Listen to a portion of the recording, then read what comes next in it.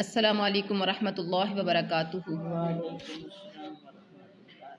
نحمده ونصلی علی رسولہ الکریم، اما بعد فاعوذ باللہ من الشیطان الرجیم، بسم اللہ الرحمن الرحیم۔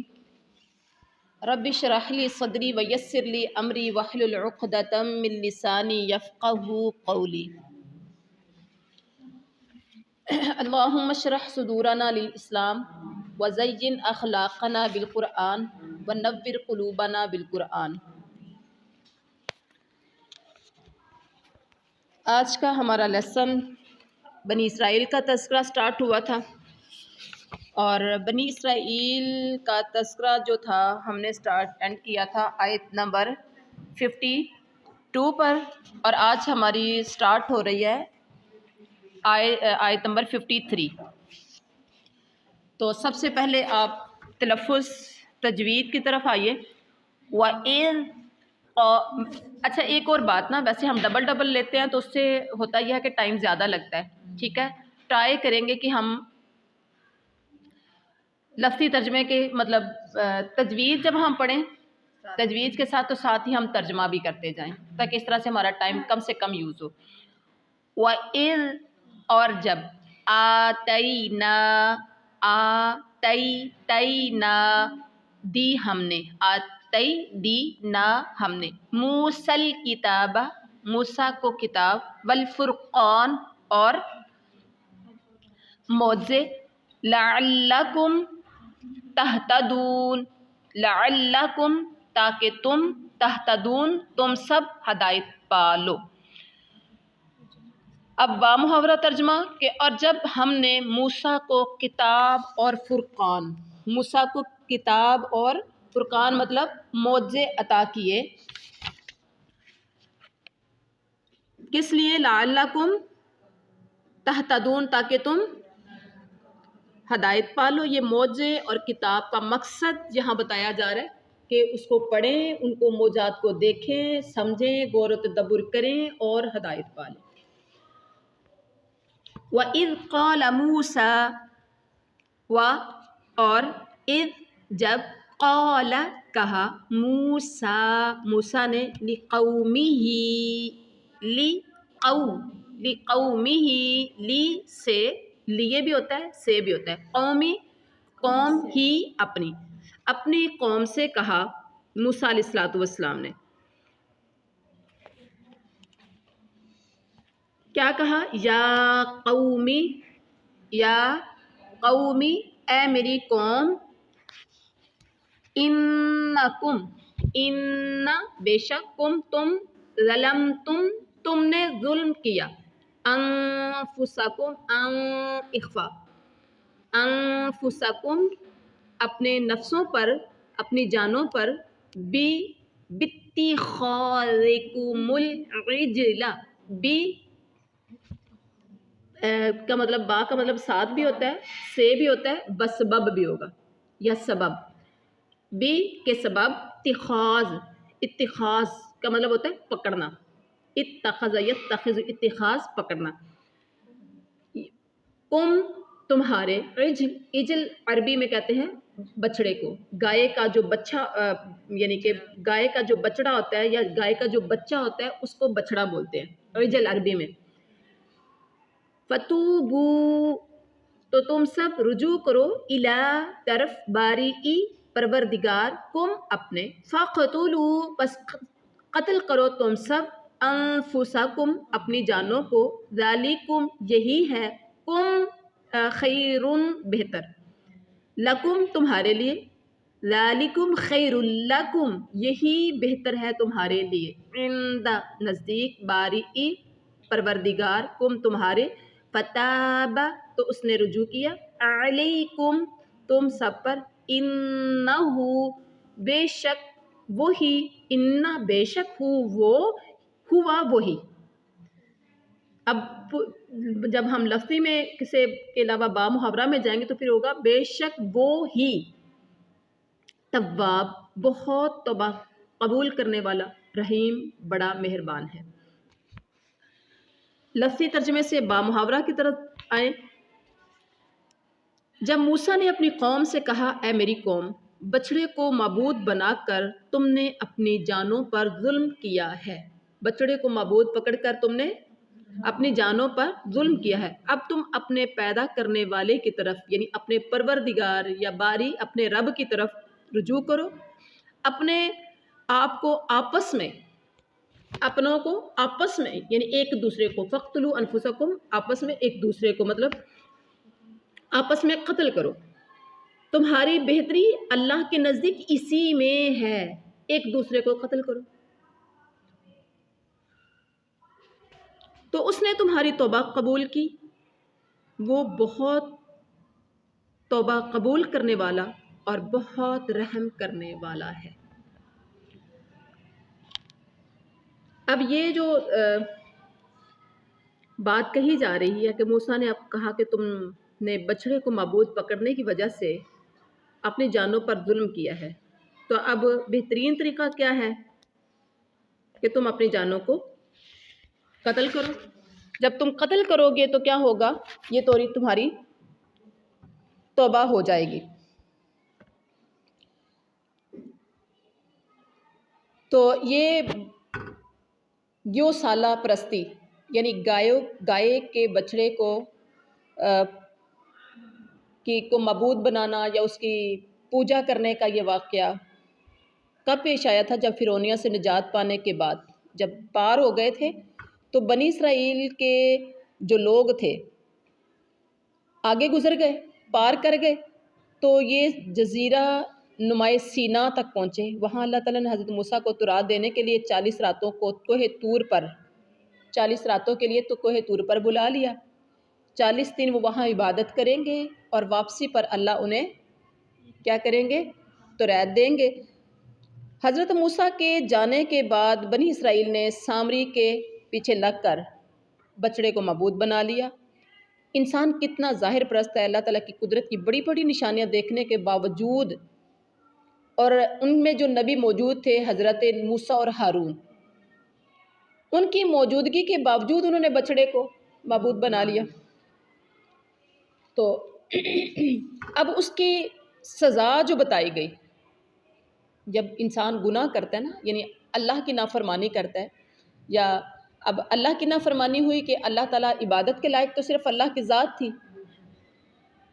اور اتنا بڑا اللہ تعالیٰ نے ان پر انعام کیا تھا یا احسان کیا تھا کہ فرعونیوں سے نجات دے کر انہیں یہاں پہنچایا، اور ان کے سامنے فرعونیوں کو غرق بھی کیا، سمندر پار ہوئے۔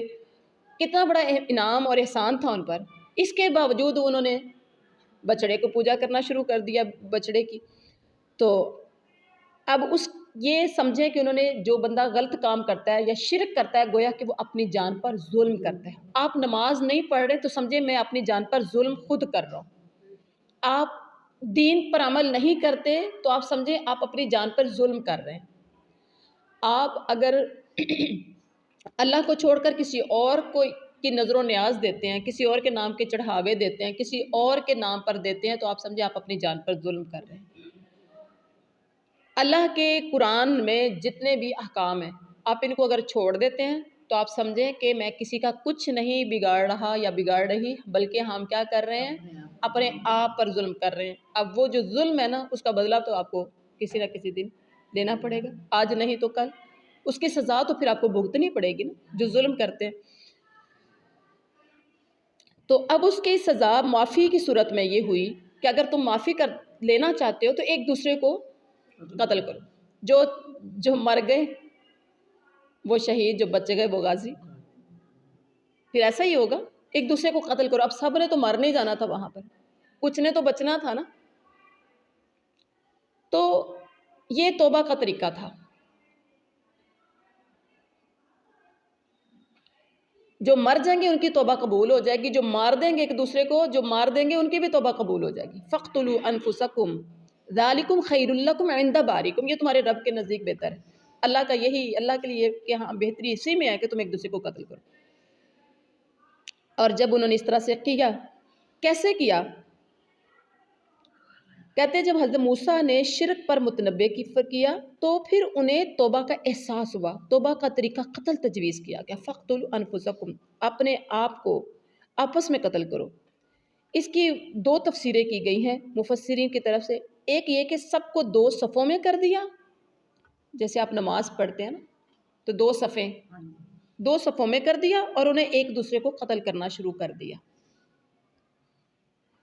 اور دوسرے یہ کہ شرک کا ارتکاب کرنے والوں کو کھڑا کر دیا، دوسری تفسیر یہ ہے، اور جنہوں نے بچڑے کو معبود نہیں پکڑا تھا، سارے تو ایک جیسے نہیں ہوں گے، جو اس سے محفوظ رہے تھے انہیں قتل کرنے کا حکم دے دیا کہ وہ پکڑیں کچھ چیز اپنے ہاتھوں میں اور وہ شرک کرنے والوں کو، بچڑے کو معبود پکڑنے والوں کے سر قلم کریں۔ تو انہوں نے اسی طرح سے کیا، اور مفسرین لکھتے ہیں کہ مقتولین کی تعداد اس دن 70,000 تھی۔ تفسیر ابن کثیر اور تفسیر فتح القدیر میں آتا ہے کہ 70,000 اس رات یا اس دن قتل ہوئے تھے۔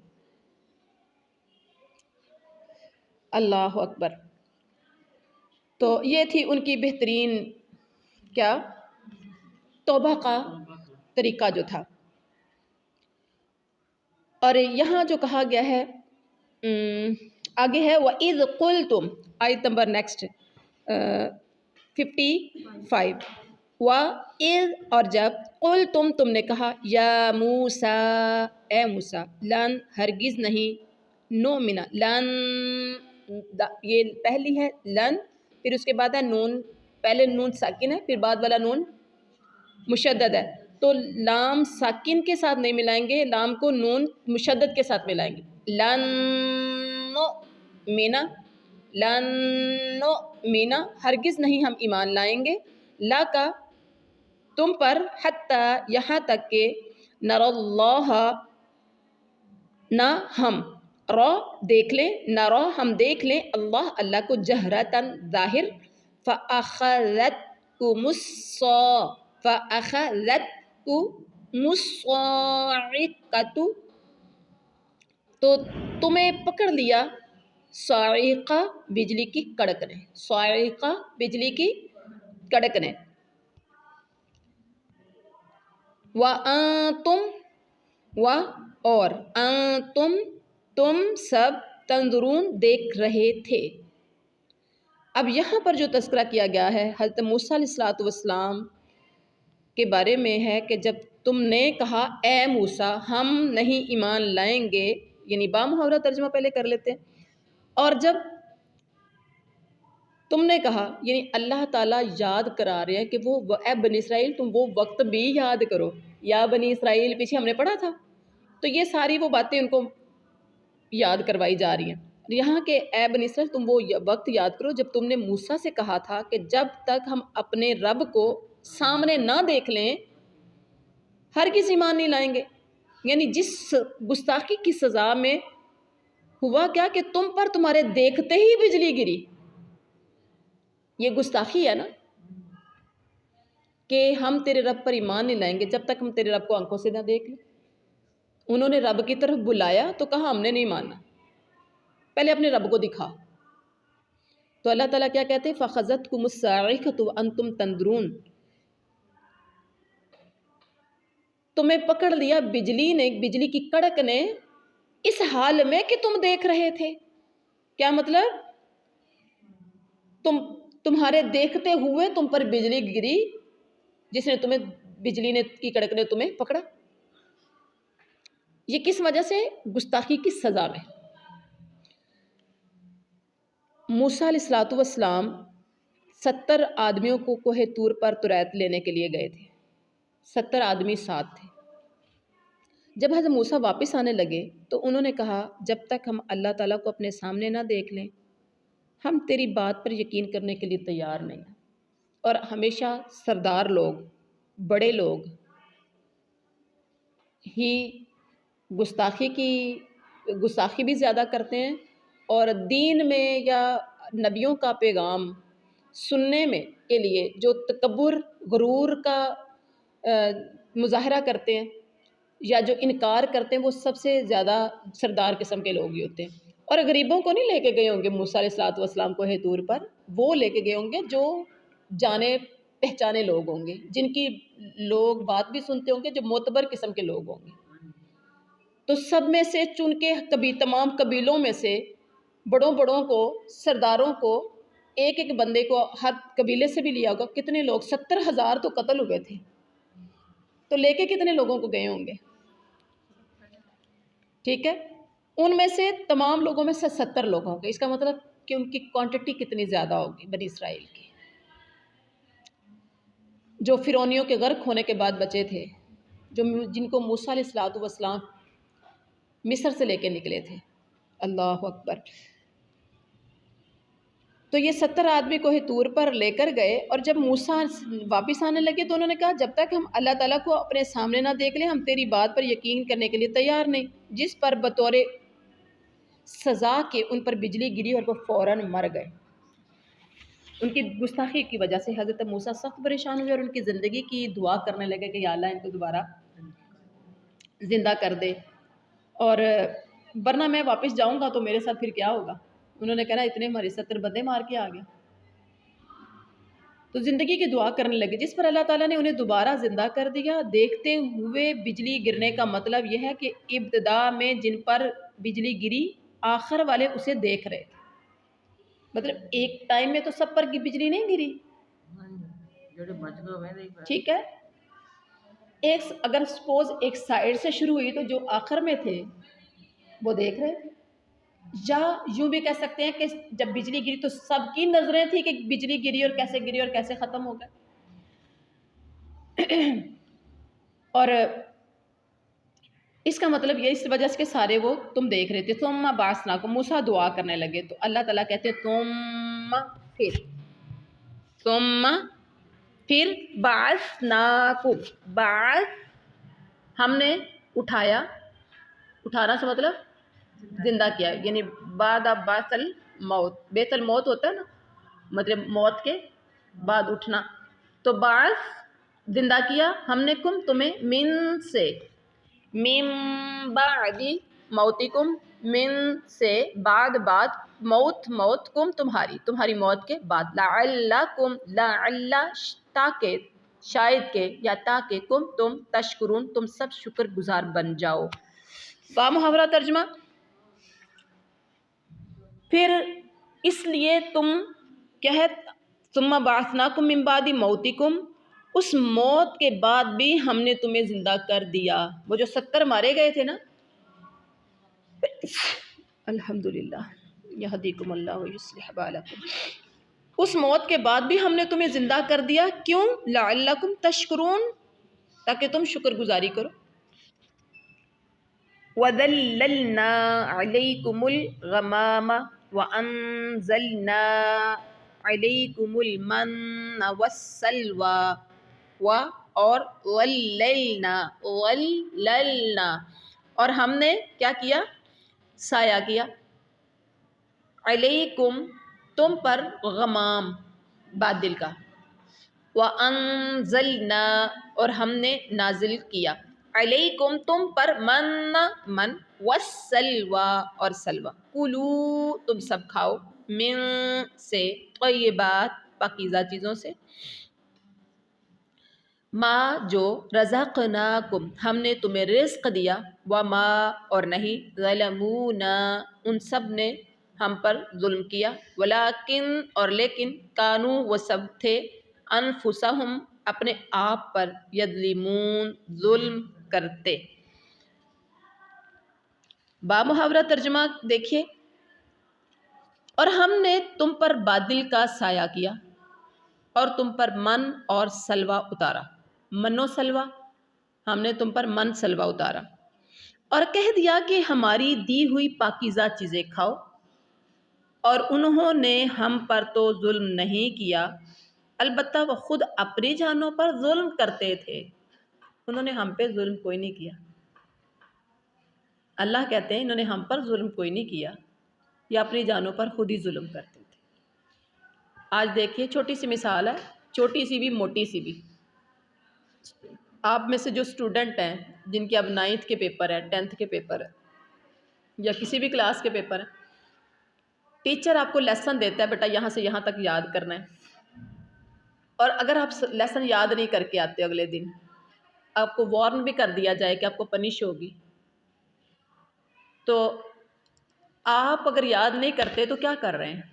اپنی جان پر ظلم کر رہے ہیں، کیونکہ اگلے دن آپ کو ٹیچر کی سننی پڑیں گی، وہ جس طرح سے مرضی سنائے، آپ کو بے عزت کرے، آپ کو سخت لہجے سے ڈانٹ ڈپٹ کرے، یا آپ کو کوئی پنش کر دے، تو آپ اپنی جان پہ خود ظلم کر رہے ہیں۔ اسی طرح سے آپ کا رزلٹ آ جاتا ہے، تو رزلٹ برا رزلٹ ہوگا، استاد کو تو شرمندگی تو تھوڑی سی ہوگی کہ میرے بچے کا رزلٹ کیسا آیا، لیکن ریئل میں شرمندگی کس کو ہوگی؟ اور تا حیات کے لیے شرمندگی کس کو ہوگی؟ بچے کو ہوگی کہ نہیں ہوگی؟ ٹھیک ہے، تو استاد ظلم کرتے ہیں، ٹیچر ظلم کرتے ہیں، بچہ اپنے آپ پر ظلم کرتے ہیں۔ اسی طرح سے آپ اور میں اگر ہم دین پر عمل نہیں کرتے تو ہم اپنے آپ پر ظلم کر رہے ہیں، اور اللہ تو یہ دیکھ لیں، ان کی باتیں ہمارے سامنے ہیں۔ اللہ تعالیٰ کہتے ہیں کہ ہم نے انہیں دوبارہ جب زندہ کیا تاکہ شکر گزاری کریں، لیکن شکر گزاری تو کیا ہی آنی تھی، شکر گزاری تو آئی کوئی نہیں۔ پھر آگے اللہ تعالیٰ کہتے ہیں ہم نے تم پر بادلوں کا سایہ بھی کر دیا، وہاں پر رہنے کے لیے تو کوئی چھت موجود نہیں تھی، وہاں پر رہنے کے لیے تو کوئی جگہ نہیں تھی۔ کہتے ہیں کہ اکثر مفسرین کے نزدیک یہ مصر اور شام کے درمیان میں میدان تی کا واقعہ ہے، یہ والا جہاں بادلوں کا سایہ کرنے کی ضرورت پیش آئی، یعنی جب مصر سے نکلے تھے فرعونیوں سے بچنے کے لیے تو آگے سمندر پار کیا، اور فرعونی پیچھے جب لگے تو غرق ہو گئے، اور یہ سمندر پار کر گئے۔ اب آگے جو علاقہ آ گیا وہ میدان تی کا تھا، ٹھیک ہے۔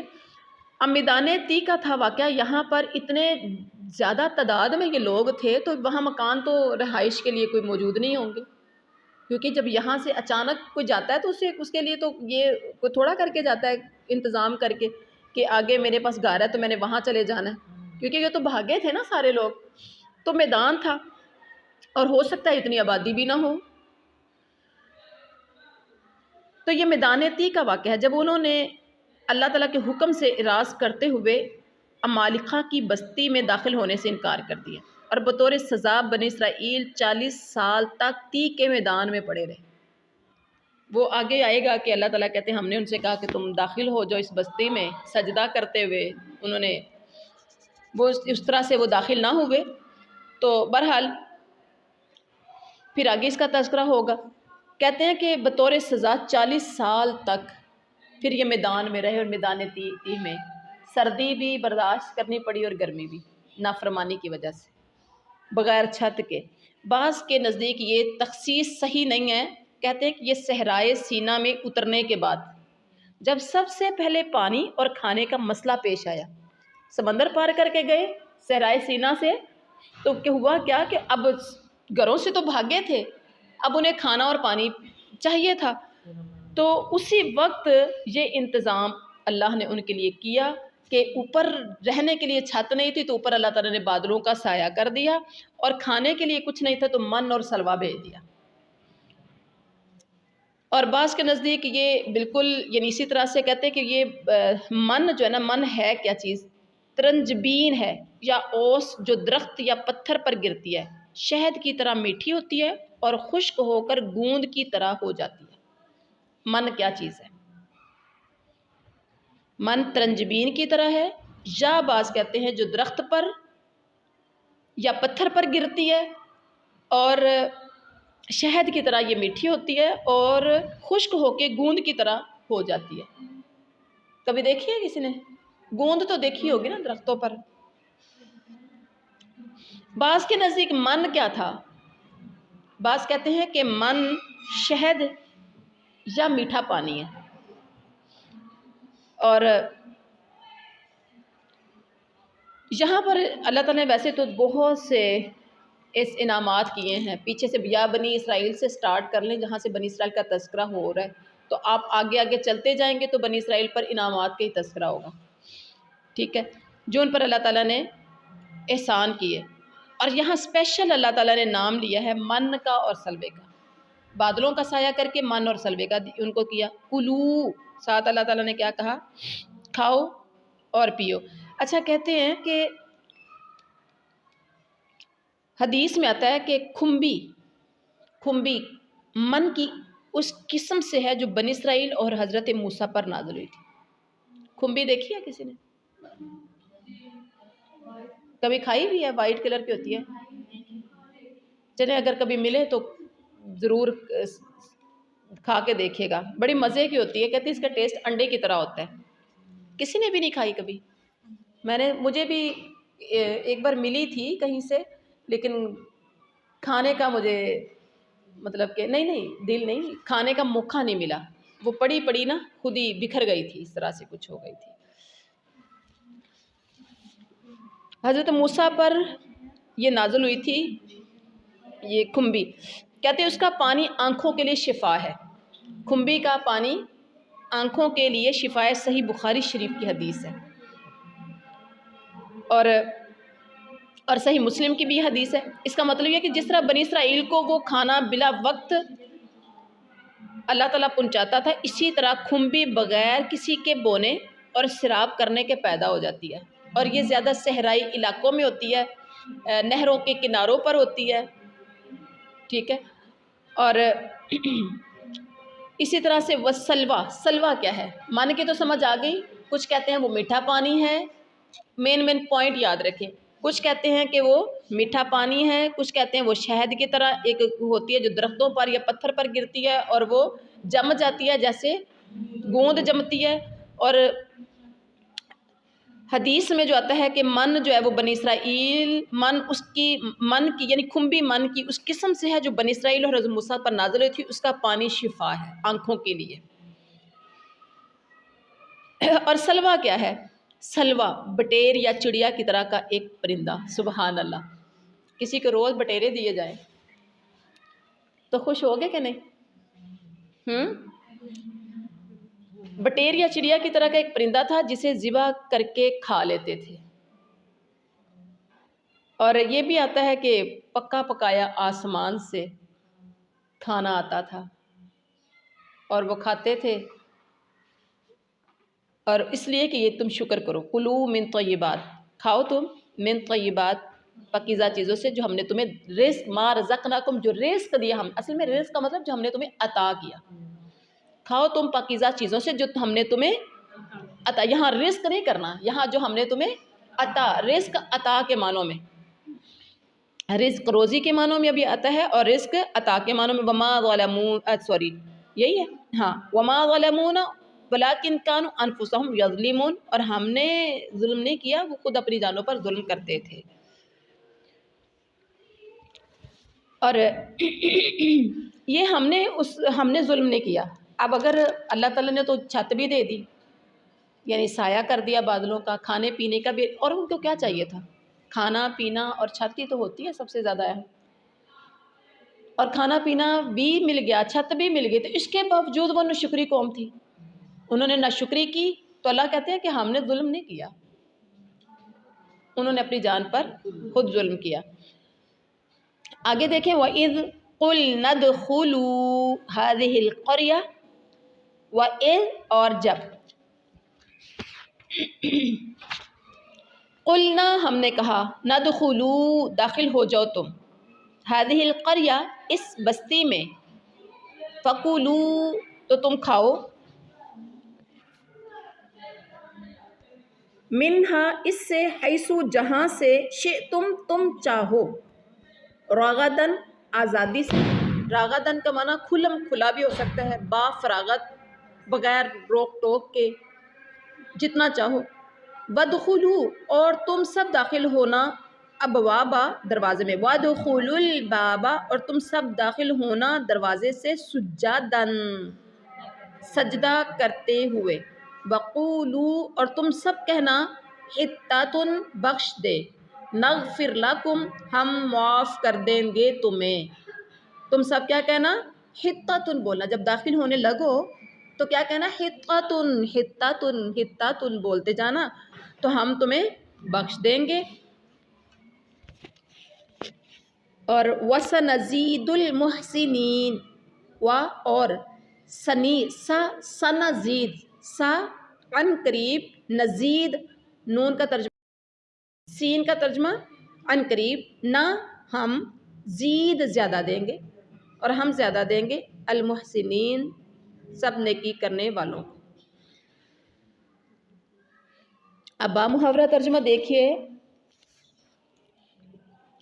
ہم نے تم سے کہا کہ تم اس بستی میں جاؤ، ہم نے تمہیں کہا کہ تم اس بستی میں جاؤ، جو کچھ جہاں کہیں سے چاہو با فراغت کھاؤ پیو، اور دروازے میں سے سجدہ کرتے ہوئے گزرو، اور زبان سے حتّاتن کہو، ہم تمہاری خطائیں معاف فرما دیں گے اور نیکی کرنے والوں کو اور زیادہ دیں گے۔ سب سے پہلے تو آپ آئیں اس بات کی طرف کہ ہم نے کہا کہ اس بستی میں داخل ہو، جو قریہ پہ انڈر لائن کریں ذرا، قریہ سے مراد کون سی بستی ہے؟ وَإِذْ قُلْنَا ادْخُلُوا هَٰذِهِ الْقَرْيَةَ، قریہ سے مراد کون سی بستی ہے؟ اس بستی سے مراد جمہور مفسرین کے نزدیک بیت المقدس ہے، ٹھیک ہے؟ اور آگے فرمایا کہ تم کھلم کھلا کھانا، با فراغت کھانا، اور دروازے سے داخل ہونا اور سجدہ کرتے ہوئے جانا، یعنی بیت المقدس میں جب تم نے داخل ہونا ہے تو جانا دروازے سے اور سجدہ کرتے ہوئے۔ ادب کا طریقہ بھی یہی ہے کہ اب دروازے سے کہ دیواریں پھلانگتے ہوئے، کیونکہ وہ ایک جاہل سی قوم تھی،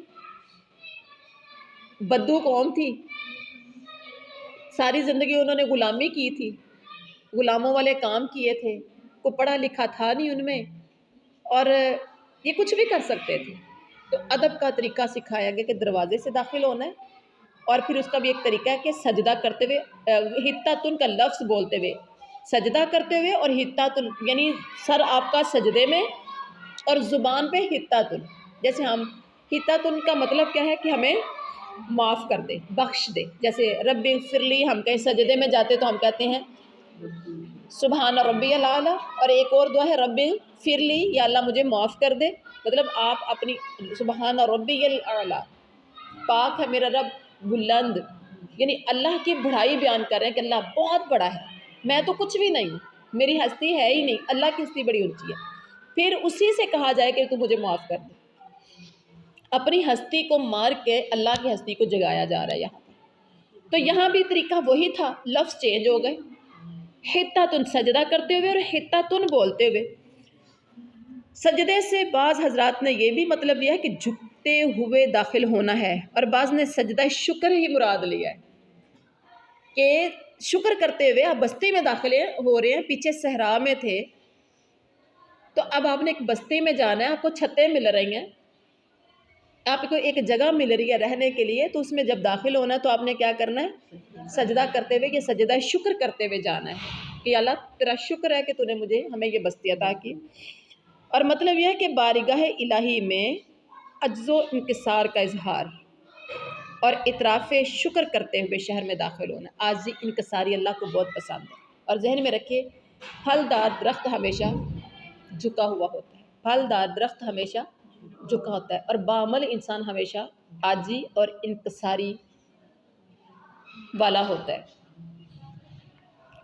تو جو شکر گزاری کرے گا نا، جو بھی شکر گزاری، بندہ بندے کی شکر گزاری کرے یا بندہ اللہ کی شکر گزاری کرے، تو اس کا مطلب وہ بندہ، اس کے اندر عاجزی انکساری ہوگی تو وہ کرے گا۔ آپ کسی کا شکریہ ایسے نہیں ادا کریں گے، اگر آپ کے اندر عاجزی انکساری ہے تو آپ کسی سے کہیں گے جی شکریہ آپ کا، بہت شکریہ، ایسے ہی ہے، آپ نے مجھے یہ چیز دی ہے، یا آپ نے مجھ پر یہ احسان کیا ہے، یا آپ نے میرا یہ کام کیا، جی بہت شکریہ آپ کا۔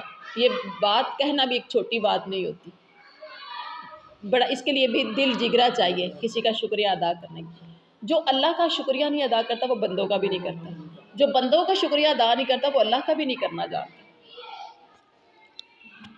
تو حتّاتن کے معنی ہے ہمارے گناہ معاف فرما دے، ہمارے گناہ معاف فرما دے۔ تو اللہ تعالیٰ کہتے ہیں جب تم یہ کہو گے وَقُولُوا حِطَّةٌ، حِطَّةٌ تم بولو گے تو ہم نغفر لکم خطایاکم، تمہاری پچھلی ساری گناہ، ساری غلطیاں، تمہارے گناہ معاف کر دیں گے۔ یہ بھی ایک معافی تھی، اور اللہ تعالیٰ خود ہی طریقے بھی سکھا رہا ہے۔ وَسَنَزِيدُ الْمُحْسِنِينَ، اور نیکی کرنے والوں کو ہم زیادہ دیتے ہیں، نیکی کرنے والوں کو ہم کیا کرتے ہیں؟ زیادہ دیتے ہیں۔ نیکی کرنے والے کون؟ شکر گزاری کرنے والے، نیکی کرنے والے ہوں گے، کیونکہ سجدہ کرنا بھی نیکی ہے، اللہ سے معافی مانگنا بھی نیکی ہے، تو ہم ایسے لوگوں کو زیادہ دیتے ہیں۔ فَبَدَّلَ الَّذِينَ ظَلَمُوا قَوْلًا فَبَدَّلَ الَّذِينَ ظَلَمُوا قَوْلًا یہاں پر لن بولیں گے کیونکہ آگے غین کی غا آ گئی ہے، حروف حلقی میں سے ہے، تو یہاں اظہار ہوگا۔ قَوْلًا غَيْرَ الَّذِي قِيلَ لَهُمْ فَأَنزَلْنَا کی نون کے اوپر کیا کریں گے؟ اخفا کریں گے۔ فَأَنزَلْنَا عَلَى الَّذِينَ ظَلَمُوا رِجْزًا مِّنَ السَّمَاءِ بِمَا كَانُوا يَفْسُقُونَ۔ فَبَدَّلَ الَّذِينَ پس بدل ڈالا، الذین جن لوگوں نے ظالموں ظلم کیا، قولاً کس کو؟ بات کو، غیر الذی غیر علاوہ اس کے، الذی جو، قیلا کہی گئی، لہم ان سے، پھر انزلنا ہم نے نازل کیا، علی پر، الذین ان کے جنہوں نے ظلموا ظلم کیا، کیا نازل کیا؟ رجز عذاب، من السماء آسمان سے، بما اس وجہ سے، کانوا یفسقون تھے وہ سب نافرمانی کرتے۔ اب یہاں دیکھیے پھر بامحاورہ ترجمہ دیکھیے، فبدل الذین پھر انہوں نے یا ان ظالموں نے اس بات کو جو کہی گئی تھی بدل ڈالا، جو ان کو بات کہی گئی تھی اس کو بدل ڈالا۔ ہم نے بھی ان ظالموں پر ان کے فسق و نافرمانی کی وجہ سے آسمانی عذاب نازل کیا۔ کس کی وجہ سے عذاب نازل کیا؟ کوئی نہ کوئی وجہ تو بنتی ہے نا۔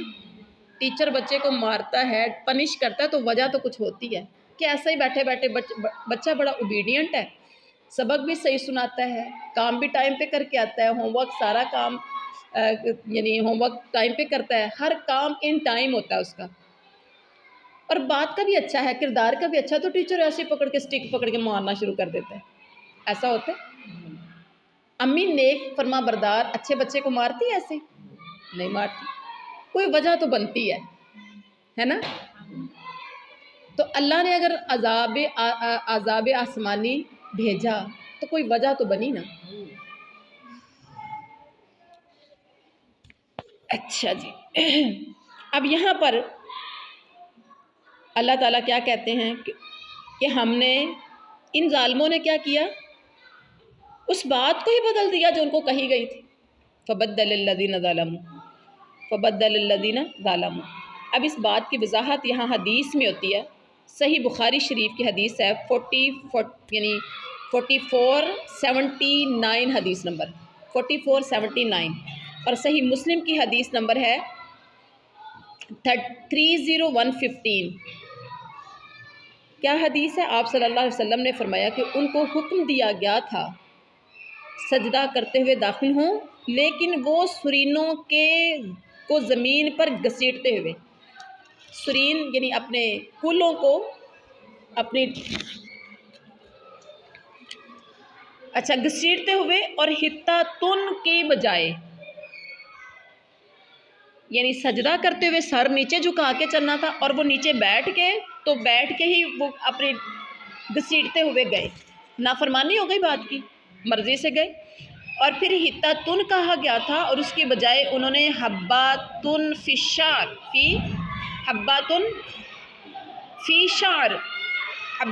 شعر کا لفظ بولنا شروع ہو گئے۔ حبّۃٌ فی شعر کا مطلب ہے گندم بالی میں، حبّۃٌ گندم فی شعرۃ بالی میں کا انہوں نے لفظ بولنا شروع کر دیا۔ اللہ نے کہا تھا ہنتاتن کا مطلب، یہ ڈور بند کریں، ہنتاتن کا مطلب ہمیں معاف کر دیجئے، اور انہوں نے کیا کہا؟ حبّۃٌ فی شعر، ہمیں بالی میں گندم چاہیے۔ بالیاں کون سی ہوتی ہیں؟ یہ جو سٹے ہوتے ہیں، گندم کے سٹوں کو بالی بولتے ہیں۔ اس سے ان کی سرتابی اور سرکشی کا جو ان کے اندر پیدا ہو گئی تھی، اور اللہ تعالیٰ کے احکام کا مذاق اور استہزاء اڑانے کا ارتکاب کرنے کی وجہ سے اللہ نے ان پر آسمانی عذاب نازل کی۔ وجہ تو بنی نا عذاب کی۔ حتاتن کے بجائے حباتن فی شعر، یعنی کہاں ہے، آپ معنوں پر غور کریں۔ ایک طرف ہے کہ مجھے معاف کر دیجئے، دوسرے کا معنی ہے کہ مجھے بالیوں میں گندم چاہیے، فرق ہوا۔ اور کہا گیا تھا کہ سر سجدے میں جھکاتے ہوئے، اور انہوں نے کیا کیا، سرینوں کے بل گھسٹتے ہوئے، دونوں طریقہ کاری چینج کر دیے۔ تو اس وجہ سے اللہ تعالیٰ کا ان پر عذاب نازل ہوا۔ کہتے ہیں کہ جب کوئی قوم اخلاق و کردار کے لحاظ سے زوال پذیر ہو جائے تو اس کا معاملہ پھر اللہ تعالیٰ کے احکام کے ساتھ اسی طرح کا ہو جاتا ہے۔ تو یہ آسمانی عذاب ان پر نازل ہوا۔ اب یہ آسمانی عذاب رجزم من السماء، آسمانی عذاب تھا کیا؟ کیا چیز تھی جو ان پر نازل ہوئی؟ بعض نے کہا کہ اللہ تعالیٰ کا غضب ان پر نازل ہوا، غصہ، قہر، سخت پالا یا طاعون نازل ہوا۔ سخت غصہ نازل ہوا یا سخت سردی آ گئی، سخت پالا۔ ابھی یہ جنوری کا مہینے کا سٹارٹ ہے اور آپ دیکھیں کتنی سردی ہے، ٹھیک ہے۔ ابھی آپ کے پاس چھتیں موجود ہیں، آپ کے گھروں میں ہیٹر موجود ہوں گے، لائٹ بجلی کا انتظام ہے، اور اگر میدان کے اندر ہی ہوں تو اتنی سخت سردی، تو یہ ایک عذاب، سخت سردی بذات خود عذاب بن جاتی ہے۔ اور اللہ کی جو عذاب کی صورت تھی، اللہ نے وہ پتہ نہیں کتنا سخت پالا، کتنی سخت سردی اللہ نے ان پر نازل کی ہوگی۔ یا پھر طاعون کی ایک بیماری ہے جو ان پر بھیجی تھی۔ اس آخری معنی کی تائید حدیث میں یوں ہے، طاعون والی، نبی صلی اللہ علیہ وسلم نے فرمایا یہ طاعون اسی رجس اور عذاب کا حصہ ہے جو تم سے پہلے بعض لوگوں پر نازل ہوا۔ تمہاری موجودگی میں کسی جگہ یہ طاعون پھیل جائے تو وہاں سے مت نکلو۔ صحابہ کرام سے کہا گیا اگر تم میں سے کسی کی موجودگی میں کسی علاقے میں طاعون پھیل جائے تو وہاں سے بھاگنا نہیں ہے، اور اگر کسی بستی میں آپ کو پتہ چلتا ہے نا کہ کسی جگہ پر طاعون بیماری ہے تو اس بستی میں جانا نہیں ہے۔ یعنی اگر کسی اور علاقے کے متعلق تمہیں معلوم ہو جائے کہ وہاں طاعون ہے تو وہاں جانا نہیں ہے، اور اگر آپ کی اپنی بستی میں موجود ہے تو وہاں سے نکلنا نہیں ہے۔ کیوں؟ جو وہاں موجود ہیں لوگ اس بستی میں اگر ہے تو وہ کسی دوسری بستی میں جائیں گے تو ان کے جانے کی وجہ سے وہ طاعون پھیل جائے گا، اور اگر وہاں دوسری بستی میں ہے نہیں ہے تو وہاں سے آپ طاعون والی بستی میں جا رہے ہیں تو وہاں سے بھی آپ کو طاعون لگ سکتا ہے۔ جیسے کرونا کے ڈیز میں یہ کیا گیا تھا کہ علاقے سیل کر دیے گئے تھے کہ ادھر کے علاقے کے لوگ اس علاقے میں نہ جائیں، لوگوں کو گھروں میں کوارنٹائن کر دیا گیا تھا، اور اسی طرح سے علاقے یعنی شہر بند کر دیے گئے تھے کہ ایک شہر سے دوسرے شہر میں نہیں جا سکتے ہیں۔ تو یہ پالیسی پاک پیغمبر صلی اللہ علیہ وسلم نے 1400 سال پہلے بتائی تھی کہ ایک علاقے سے، اور پھر اتنی ڈھیٹ قوم ہے ہماری تو کہ نہ ڈر نہ خوف، نہ یہ ہے کہ ہماری وجہ سے کسی کو نہ یا کسی کی وجہ سے ہمیں نہ لگے، یہ کسی قسم کا خوف خطرہ نہیں۔ حالانکہ یہ بات غلط ہے، ہمارے پاک پیغمبر صلی اللہ علیہ وسلم نے یہ طریقہ کار بتایا کہ آپ ایک علاقے سے دوسرے علاقے میں نہ جائیں۔ تو کیا ہے رجز آسمانی کیا تھا؟ طاعون تھا یا غضب الہی تھا یا سخت پالا تھا، سخت سردی تھی؟ اور اللہ تعالیٰ کہتے ہیں یہ وجہ کیا تھی کہ ہم نے یہ سب کچھ ان پر نازل کیا، عذاب نازل کیا، ان کے فسق و فجور کی وجہ سے، ان کی نافرمانی کی وجہ سے۔ پتہ چلا کہ نافرمانیوں کی وجہ سے اللہ کے عذاب آتے ہیں۔ ماں کی نافرمانی کر لیں تو ماں غصے میں آ جاتی ہے، ماں کھانا بند کر دیتی ہے، ماں کپڑے دھونا بند کر دیتی ہے، ماں گھر سے نکال دیتی ہے، اور اگر اللہ کی نافرمانی کر دی جائے تو اللہ کا کسی نہ کسی طرح سے آسمانی عذاب، زمینی عذاب آ سکتا ہے۔ اللہ تعالی ہم سب کو صحیح معنوں میں نیکیاں کرنے کی توفیق عطا فرمائے، اور جو ہم پڑھیں اس پہ عمل کی توفیق عطا فرمائے۔ سبحان ربک رب العزت عما یصفون وسلام علی المرسلین والحمد للہ رب العالمین۔